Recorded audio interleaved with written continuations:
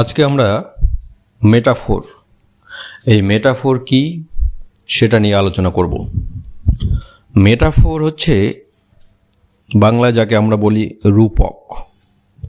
এই মেটাফোর বা রূপক হলো এমন একটি অলংকার বা ভাষার ব্যবহার বা ফিগার অফ স্পিচ যেখানে দুটি ভিন্ন বস্তু অথবা ধারণা অথবা জিনিসের মধ্যে সরাসরি তুলনা করা হয়, যেন তারা একে অপরের পরিপূরক বা একই জিনিস।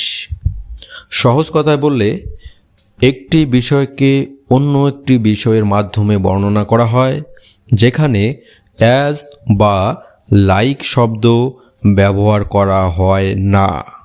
কারণ অ্যাজ বা লাইক আমরা সিমিলিতে ব্যবহার করে থাকি। অর্থাৎ একটি বাক্যে যদি বলি তবে বলতে হয় মেটাফোর মানে এক জিনিসকে আরেক জিনিস বা অন্য জিনিস হিসেবে বলা। চলো দুটো উদাহরণ দেখব। টাইম ইজ মানি, এখানে সময়কে টাকার সঙ্গে সরাসরি তুলনা করা হয়েছে। 2 নম্বর, হি ইজ এ লায়ন, এখানে মানুষটিকে সিংহ বলা হয়েছে, মানে সে খুব সাহসী। এই বাক্যটিকেই যদি আমরা সিমিলের উদাহরণ হিসেবে বলতে চাই তবে আমরা বলবো he is like a lion, অর্থাৎ সে সিংহের মতো। তো এটাই হচ্ছে মেটাফোর।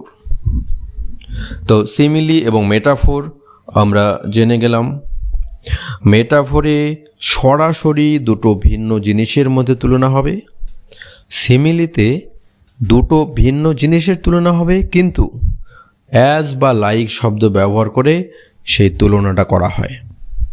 আজকে এতটুকুই। খুব তাড়াতাড়ি আবারও নতুন ভিডিওতে দেখা হচ্ছে। ততক্ষণ take care, tata bye, thank you.